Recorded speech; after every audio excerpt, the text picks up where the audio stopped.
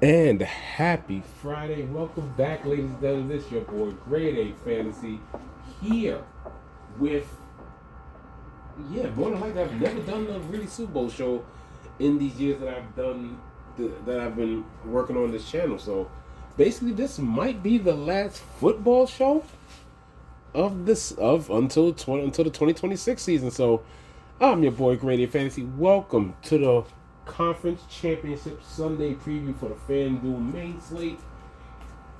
There's only really three ways you can play this: either main slate or single game to 3 o'clock, single game to 6:30. That's pretty much it. But we're here to go over what I feel are top plays and just ways to just to try and figure the best way to get different here on this short slate. Only 4 teams to pick from, so let's get right into it. We'll start at quarterback. We'll go with Matthew Stafford, Drake May, Sam Darnold. Don't worry about that Q tag.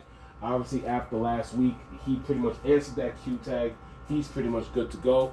And then, of course, if this news were to, and of course, Jarrett Stidham, if this news was something that, hey, he has to go for MRI testing, and then it was confirmed like Monday going into Tuesday, there's no doubt in my mind Jarrett Stidham would be like 6,300 or maybe 6,200.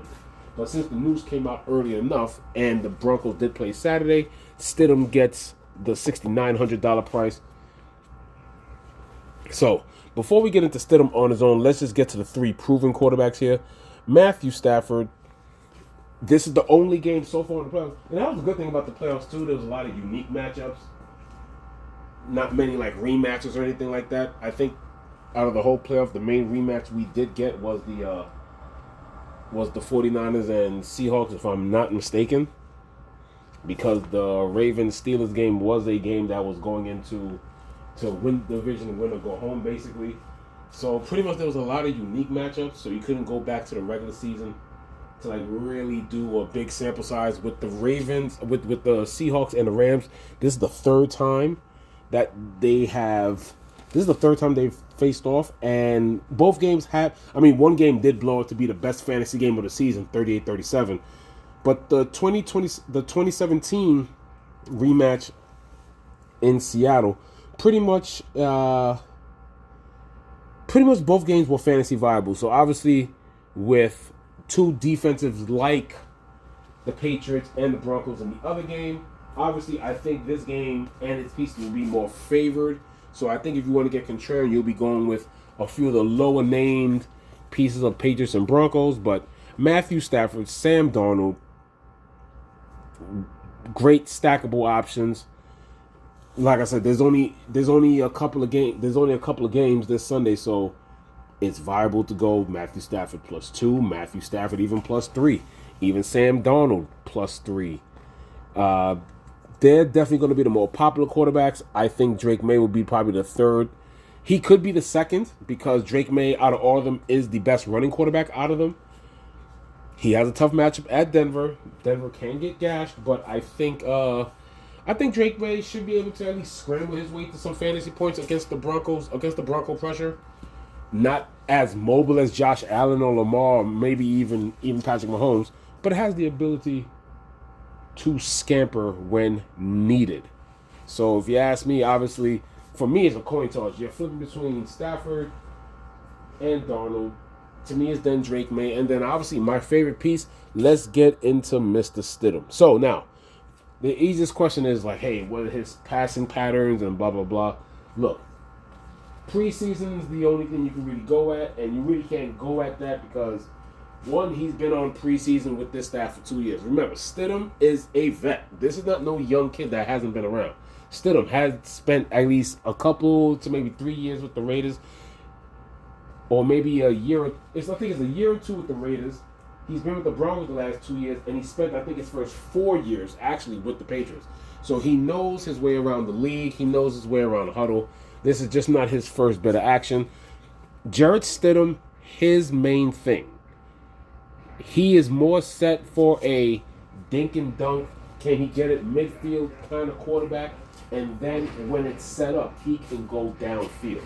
He's a bit mobile, but I really think when it comes to just actual football, Sean Payton has to, has to get him in the rhythm and have like a scripted, like, hey, this is what we're gonna do to get you into the game. Short dink dunk passes, and then every now and then you're gonna kind of look deep. Now, this is the New England difference that is heavy on the blitz and blitz packages with pressure. But this is also the best offensive line that the New England Patriots have seen. So what I like with Stidham is that with his subset, for what he is, automatically, and we'll get to the wide receivers, like I said, in that game, there's 2 shutdown parts. Stephon Diggs will see Patrick Surtain. I think Cortland Sutton's going to see Christian Gonzalez. He's still going to have to try and get it to Gonzalez, though. So, if that's the case, what I like here is dink and dunks to Evan Ingram because Patriots are weak. I think Ingram will be a low OP, so I will be stacking Stidham with him. And I like Evan Ingram enough to... I like Ingram enough to get him by himself solo. And then, of course, dink and dunk to Marvin Mims. Now, he could go over the top with Marvin Mims, but we also got to take in the fact that we still have some Bronco wide receivers coming off injury. So, once again, this is not going to be a simplified thing. There will be packages. Troy Franklin should be there, so I can see him going deep to Troy Franklin. I can see him taking deep shots to Lil Jordan Humphrey. It's one of those that you have to try and mix and match with Stidham. You're just going to have to try to. But is he capable of at least putting up some fantasy points? Yeah, for 6,900 for this playoff slate, this is not about ×2 or whatever your salary because everybody stinks and one guy is mediocre with 2 touchdowns and interceptions. You're going to need him. You're not going to need that quarterback, and with the defenses that are around here, you're probably not going to get a quarterback that's going to give you a 25.13. You're possibly just going to need the right quarterback that gives you an 18.63 or something like that, or whatever the case may be. When the short slates are like this, you basically need the raw points, unless you get like some kind of lock or some blow up factor that you know you're going to need. But Stidham, I definitely like the idea of getting to him. But when it comes to the quarterbacks, yeah, he's that. Once you start off with Stidham, you are Contreras. So let's just put it off like that. Let's get into the running backs. Quite a bit to talk here, and wide receiver as usual, and tight end as well. Kyron Williams will get a nice workload. Had 2 nice games against the Rams this season. Very viable.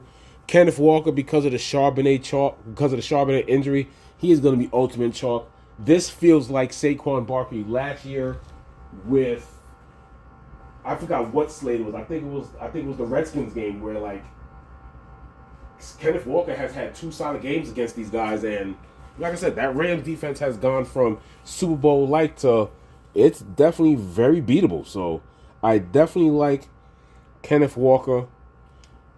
With or without the injury, Kenneth Walker was just a case of was he going to get the goal line touch. He has a game where he missed 100 yard by 1 yard, and Charbonnet gave you a good fantasy day, and he just gets the goal line look. Of course, you got JSN on that side, but Kenneth Walker is going to get even more of the volume. The only thing that I can say, we probably have to wait for more news, but the Seahawks, I thought we were going to see some Cam Akers news, but they did activate George Halani. So right now he looks to be the backup for Kenneth Walker. If we see here, I was expecting to see maybe. There he goes. There goes George Halani, flat 4. I was hoping to maybe see possibly Cam Akers, but they gave Halani the call up. So most likely he'll be backing up Kenneth Walker in this game. Like I said, that fantasy ranking means nothing to me. The Rams can be run on.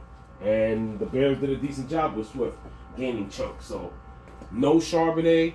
That's a good 6 to 8 more carries for Kenneth Walker. That's why he's definitely he's just the best player on the slate. He has all the opportunity.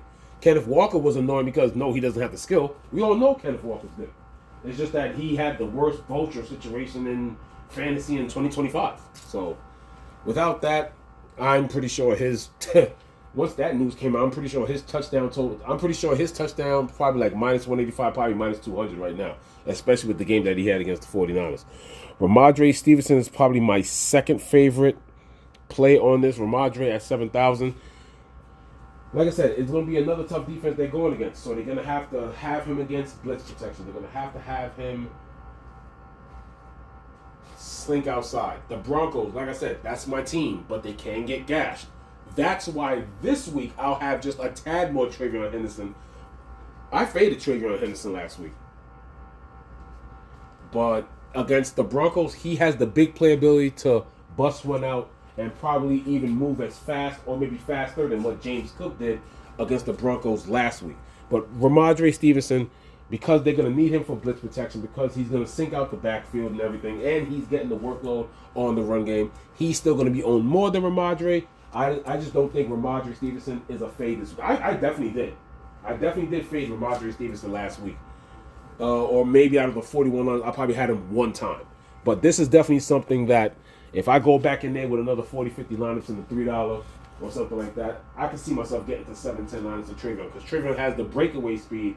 Because if he hits the gap and Bronco linebackers can't catch him at that second level, I don't think there's going to be anybody in the defensive backfield to catch him once he gets to that third level. Because you might, against the Broncos, you could get Travion Henderson with that one scamper for 45, 65, or 53 yards, and then for a short slate like that, that might be his only play, but you're going to need him.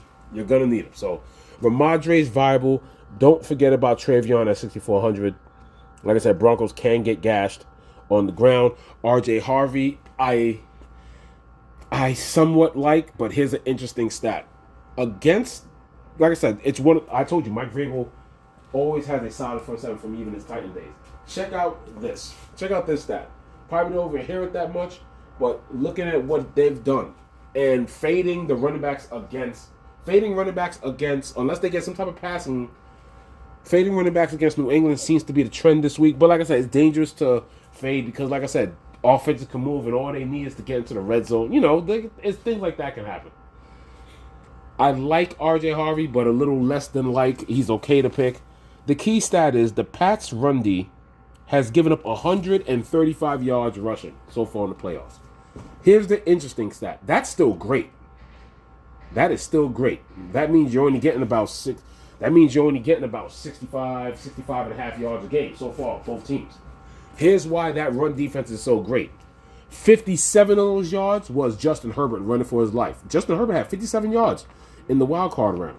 So the Pats defense has basically really only given up about 79, 80 yards in the playoffs of rushing.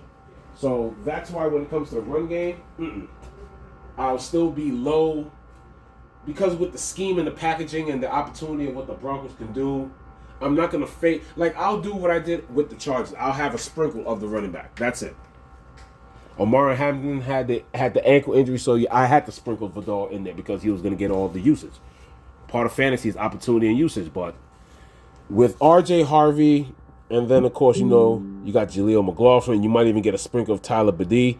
But if he is totally clear, minimum J.K. Dobbins, but Tyler Badie is going to be totally irrelevant, and it'll be McLaughlin and J.K. Dobbins. But I still don't.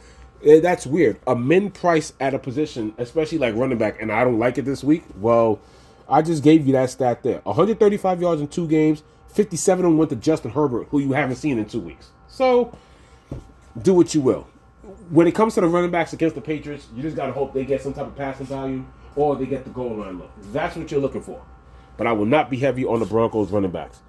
As for the other guys on this list, like I said, I like Travion Henderson. When it comes to getting to them, I like nobody else but Blake Corum. He will see himself get anywhere from 6 to 10 carries. He does get used sometimes. Like I said, Kyron's the workhorse, and they'll give Corum 2 straight looks inside the 10, inside the 5. So, I mean, when it comes to the running backs, yes, Broncos deserve a sprinkle, but like I said, I'll be treating them like I did the Los Angeles Chargers, Kamani Vidal in week 1. Travion Henderson, like I said, Broncos can get gashed. I do like his opportunity to like blow, just to bust out a big one. Really, really. Just that 60-yard run that he's capable of, and I will have, and it is smart. It's a contrarian build too. with Kenneth Walker, it's probably a dangerous build because you're fading Kyron who gets passing work too. But you want a unique contrarian build of somebody who's getting running catches and just having a great playoff in Ramadre, and then you also get that one home run, like that one long, like I said, 43 to 60. Like I said, a 43-yard touchdown run is automatically damn near 11 points.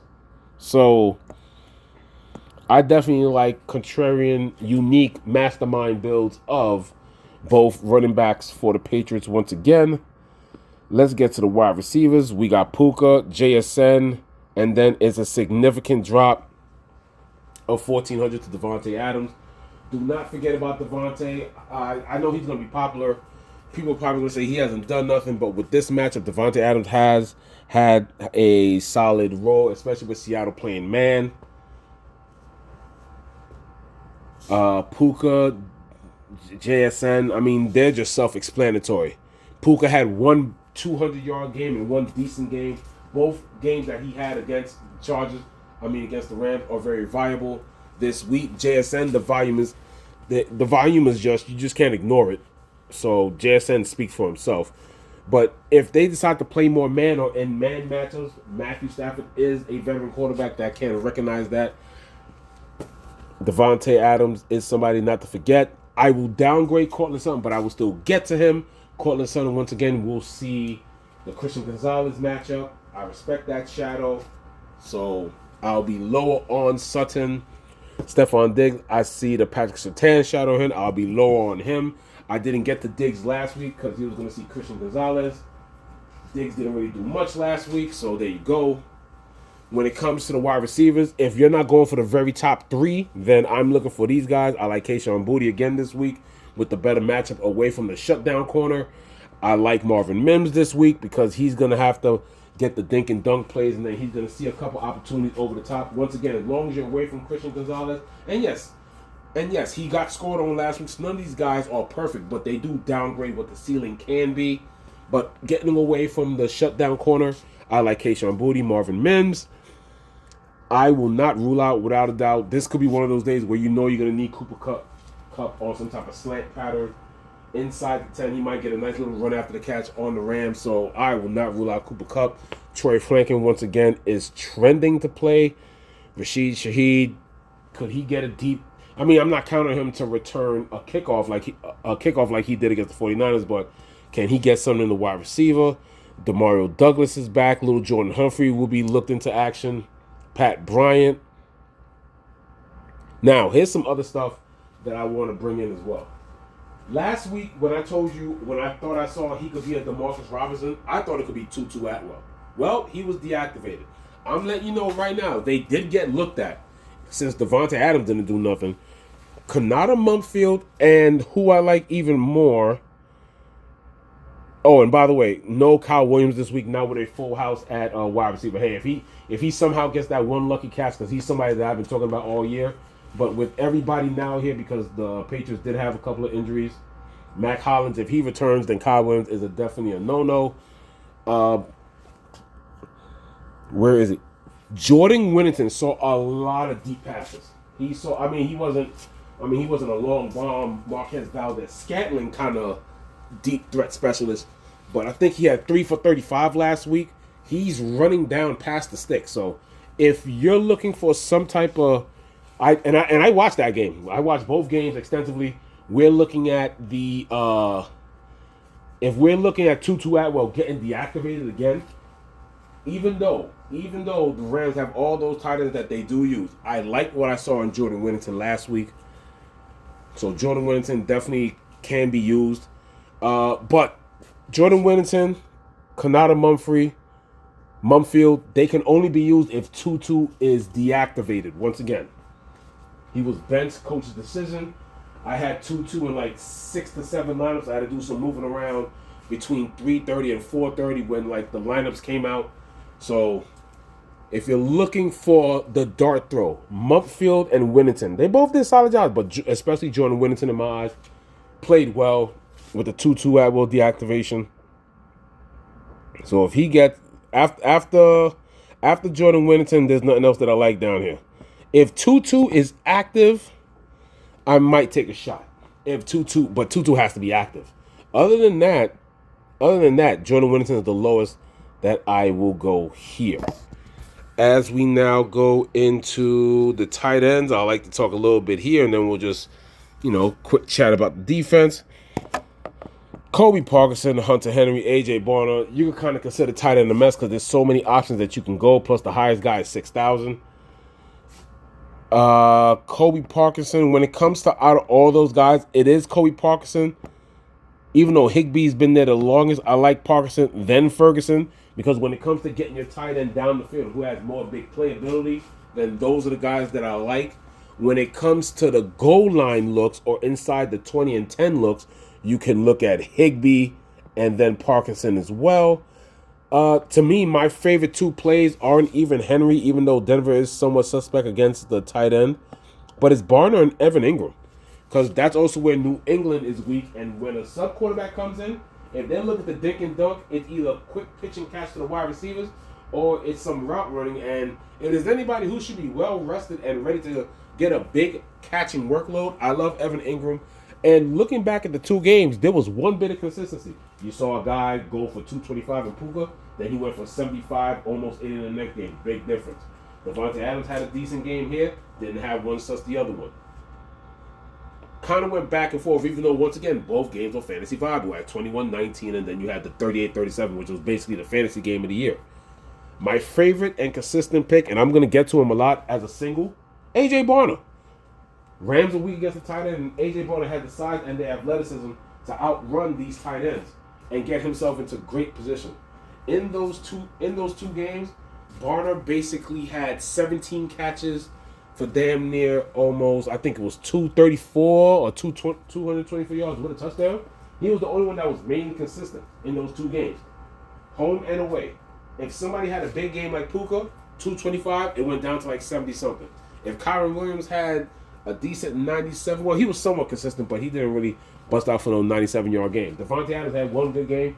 I think he had one or two for 17 yards or something like that. The only person that I saw consistent that had great numbers, 10 catches and 7 catches, or was it 9 and 7 catches, but either or, A.J. Barner is my favorite tight end this week. Plus the way they use him. Goal line stance, you could get some tush pushes and you might get some handoffs. It happened earlier in this year. Some other fantasy people brought that up, and I was like, yeah. I mean, it was somewhat annoying too. There was a couple other times. Like, that's another thing you got to understand about Kenneth Walker. Why is Kenneth Walker the best play? His fantasy stats look a whole lot better because on top of Charbonnet taking away his touchdowns and carries, guess what? A.J. Barner has 2 or 3 rushing touchdowns inside the 2-yard line taken away from Kenneth Walker. So, I think with no Charbonnet, the volume goes up and the ceiling goes way up for Kenneth Walker. There is no shadow of a doubt. He reminds me of when Saquon had the matchup and you had him 96% on the Eagles last year against the Redskins last year when he broke out for that 75 and everything else was gravy. Kenneth Walker can do that, and he's been solid against the Rams. But Barner, I would not be surprised if he catches a touchdown and also runs for one, or does one or the other.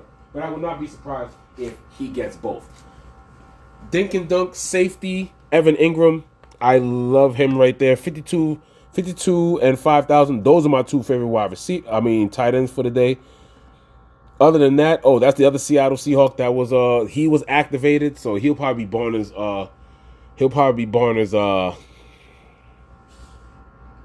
backup.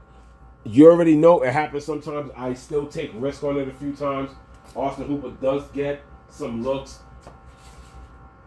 He does get subbed in. Sometimes when you think it's going to be all Hunter Henry, yes, Hooper does get that goal line look, and sometimes he does get some nice deep routes.